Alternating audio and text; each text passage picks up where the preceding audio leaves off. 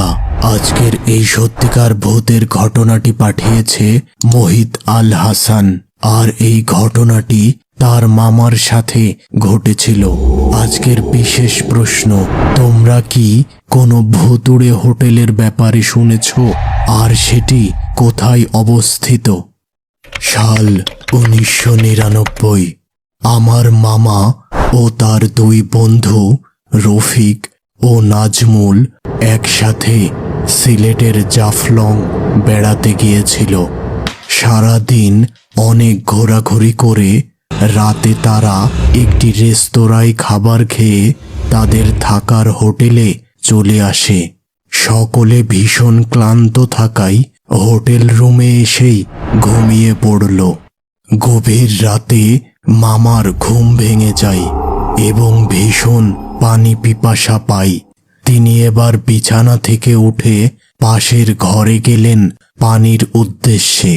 পানি পান শেষে তিনি লক্ষ্য করলেন তার পিছনে কেউ যেন এসে দাঁড়িয়েছে এবং তার ছায়া পাশের দেওয়ালে বোঝা যাচ্ছিল। তিনি ভাবলেন তার বন্ধুদের মধ্যে কেউ হবে। এবার দ্রুত পিছন ফিরলেন, কিন্তু একই কোথায় কে? সামনে কেউ নেই, আর সেই দেওয়ালের ছায়াও অদৃশ্য। ভীষণ ভয় পেলেন মামা। দ্রুত তিনি বিছানায় যেয়ে শুয়ে পড়লেন এবং কখন যেন ঘুমিয়ে গেলেন। পরের দিন সকালে মামা তার দুই বন্ধুকে গত রাতের অদ্ভুত ব্যাপারটা জানালো, কিন্তু তারা দুইজন একেবারে ব্যাপারটা হেসে উড়িয়ে দিল। তারা কিছুতেই এই ব্যাপারটা বিশ্বাস করল না। ওই দিনও তারা অনেক ঘোরাঘুরি করল, কিন্তু সারাটা সময় মামা রাতের ওই ভুতুড়ে ব্যাপার নিয়ে চিন্তা করছিল। রাতে খাবার খেয়ে গত দিনের মতো সকলে ঘুমিয়ে গেল, কিন্তু আজকে রাতেও মামার ঘুম ভেঙে গেল এবং ভীষণ পানি পিপাসা পেল। তিনি মনে মনে একটু ভয় নিয়ে পাশের ঘরে গেলেন পানি পান করার উদ্দেশ্যে।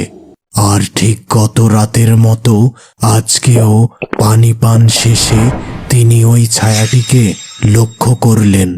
এবার তিনি আস্তে করে পানির গ্লাস রেখে সোজা তার বিছানায় যেয়ে শুয়ে পড়লেন এবং কিছু সময় পর ঘুমিয়ে গেলেন। সকালে তিনি এবার সোজা ওই হোটেলের ম্যানেজারকে গত 2 রাতের ভুতুড়ে ঘটনা জানালেন। ম্যানেজার বেশ অবাক হলো, কিন্তু আসল ব্যাপারটা মামাকে জানাতে চাচ্ছিল না। অনেক জোড়াজুড়ি করে অবশেষে ম্যানেজার মামাকে সমস্ত ঘটনা জানালো। আর সেই ঘটনাটি হলো, প্রায় 10 বছর আগে এই বাড়িটি তখনও হোটেলে পরিণত হয়নি। এখানে এক নববিবাহিত দম্পতি বাড়ি ভাড়া নেন। তাদের মধ্যে প্রায়ই ছোটখাটো ব্যাপার নিয়ে ঝগড়া হতো। মামা যে ঘরে রাতের বেলা ভুতুড়ে ছায়া দেখেছিল, সে ঘরে একদিন মহিলাটিকে একটি গ্যাস সিলিন্ডারের সাথে বেঁধে ঘরের দরজা আটকে দেয় তার স্বামী। মহিলাটি অনেক চিৎকার করে তাকে বাঁচানোর জন্য, কিন্তু কেউ তাকে বাঁচাতে পারেনি। অবশেষে ওই ঘরে মহিলাটি মারা যায়। এর বেশ কিছু বছর পর এই বাড়িটিকে পর্যটক থাকার হোটেলে রূপান্তর করা হয়। তবে মাঝে মাঝে অনেক পর্যটক ওই ঘরে ওই ভুতুড়ে ছায়াটিকে দেখতে পায়। এসব কিছু শুনে মামা বললেন, এইসব ভুতুড়ে ব্যাপার আমাদের আগেই জানানো উচিত ছিল, আপনি জানাননি কেন? দেখুন, এই ঘটনা শুনলে আমাদের এই হোটেলে কেউ উঠবে না। খুব কম সংখ্যক মানুষ এই ভুতুড়ে ছায়াকে দেখতে পায়। তাই আমরা ভেবেছিলাম আপনাদের সাথে কোনো কিছু হবে না। আচ্ছা ঠিক আছে, এখন আপনি আমাকে বলুন আশেপাশে কোনো নামকরা মসজিদ আছে কি? হ্যাঁ, আছে তো। ও আচ্ছা, তাহলে আপনি আমাকে ওইখানে নিয়ে চলুন। দেখুন, আমি তো কিছুটা ব্যস্ত আছি, তবে আপনাকে আমি ওই মসজিদে যাওয়ার রাস্তা বলে দিচ্ছি। এবার মামা ম্যানেজারের কথা মতো মসজিদের উদ্দেশ্যে হাঁটা শুরু করেন। বেশ কিছু সময় হাঁটার পর তিনি পৌঁছে গেলেন ওই মসজিদের কাছে। প্রথমে তার সাথে একজন বৃদ্ধ ব্যক্তির দেখা হলো এবং তিনি মামাকে জিজ্ঞাসা করলেন, তোমার কি সমস্যা হয়েছে আমাকে বলো। মামা তখন ওই বৃদ্ধটিকে সমস্ত ঘটনা জানালো। এবার তিনি বললেন, ও আচ্ছা, এই ব্যাপার। ঠিক আছে, তুমি এখন আমাদের ইমাম সাহেবের সাথে দেখা করো।